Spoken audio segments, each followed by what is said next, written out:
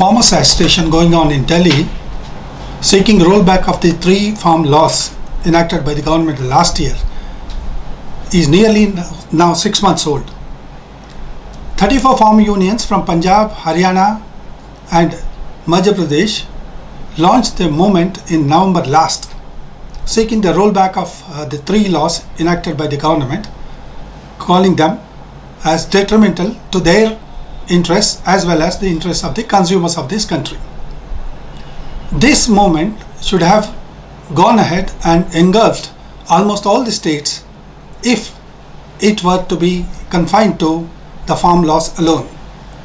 However, the expected movement has not been generated and the farmers' union struggle largely remains to Punjab, Haryana, Western UP and parts of Rajasthan now. Despite the best efforts of the farm union leaders and their appeals to the farmers of various states in this country, this hasn't spread across the country and hasn't become a pan-Indian movement. What could be the reasons for the slowdown of this movement after a very successful launch?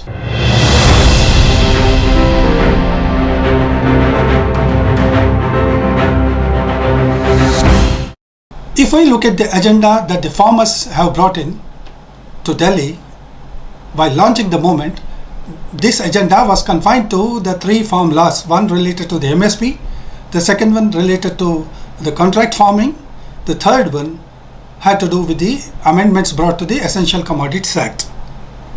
These three things the farmers did not like and they said that would uproot them from their lands and they wanted some legal assurance from the government. Some 10 rounds of talks have been held with the government, but inconclusively. No solution seems to be in sight now. What could be the reason?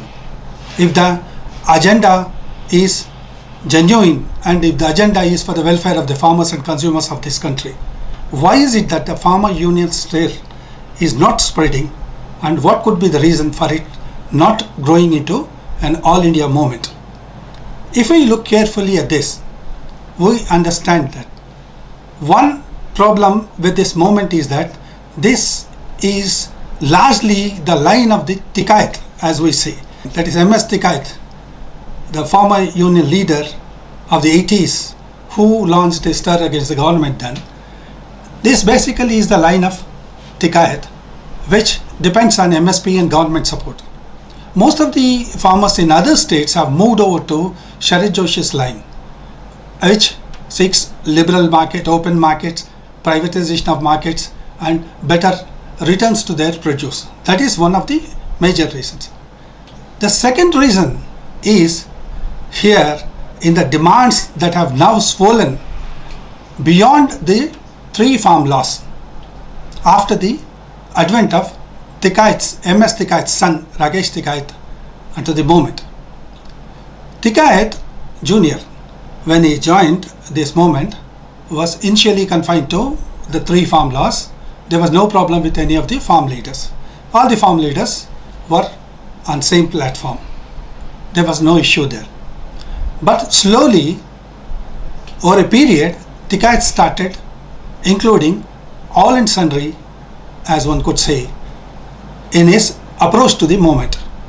He first not only invited the farmers from his region to join, but also began inviting the youth to join his movement.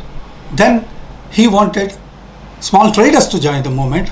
Then he said this could be of a greater unity and all the farmers should invite all others, irrespective of their community, region, religion, etc. So he wanted Dalit farmers, he wanted minority farmers also to join them. As long as the call was confined to the farmers, there was no issue and everyone was happily joining the flock here. But over a period, Tikayat brought his personal agenda to the fore. Tikayat not only started raising voice for the demands of the farmers, but he also started including the demands of the left parties, the demands of the trade unions, the demands of some members of some groups of the civil society, and Then he became too political there.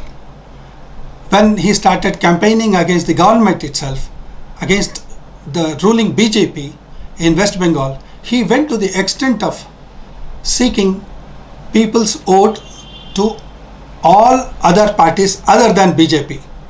When he appealed to the people not to vote for BJP, he also gave a call to them which said, Modi hatao, Desh bachao.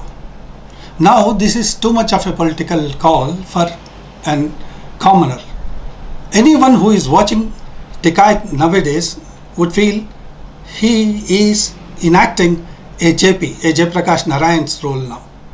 But Tikait is no Jayaprakash Narayan. Tikait neither has the stature of Jayaprakash Narayan, nor has he the moral authority of Jayaprakash Narayan to unite the people. Tikait is pursuing his personal agenda.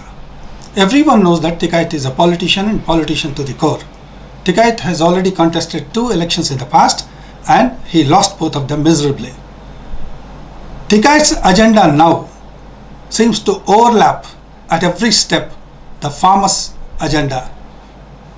When he calls for rollback of the 3 farm laws that the government has enacted, he also calls for the ouster of the government itself if it doesn't do so. Now this is a larger agenda. Now whether the country is ready for such a measure now, whether the country is ready for such a movement, or whether the various sections of the society are prepared to join hands with Tikait to oust Modi or the BJP from power, this should be thought over by Tikait more than anyone else. Tikait should have the sense to understand, being a politician, he should understand the perception of people. Politics is all about perception and Tikait fails in this perception. Moreover, as long as he imposes his agenda onto the farm agenda, onto the farmers' agenda, he is going to slow down the farm movement. He is going to in fact harm the farm movement in every sense. Unfortunately, no other farm leader is being heard nowadays, thanks to the media, which gives more coverage and credence to Tikait and Tikait's voice. It's always Tikait when we hear about farm laws nowadays.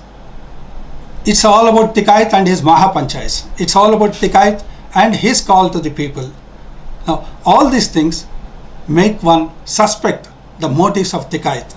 Tikait has successfully taken over the farm movement. Tikait has very cleverly taken full control of the farm movement to the extent that other farm voices, other farm leaders are now sidelined. This is not good for the farmers' movement itself.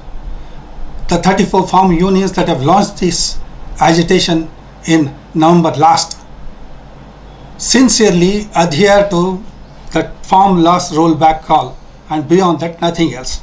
But Tikait has not only given a call to the rollback of all the reforms that have been undertaken by the government, all the amendments that have been brought by the government recently to several acts. He seeks the rollback to the labor laws. He seeks a rollback to the privatization policy.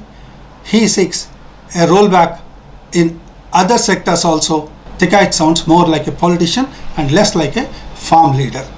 This is the reason why the farmers' movement is not growing beyond a point, and there comes a time and a point where this farm movement would get affected by it and it gets harmed completely by Tikait and his personalized agenda. This is what the other farm leaders should realize.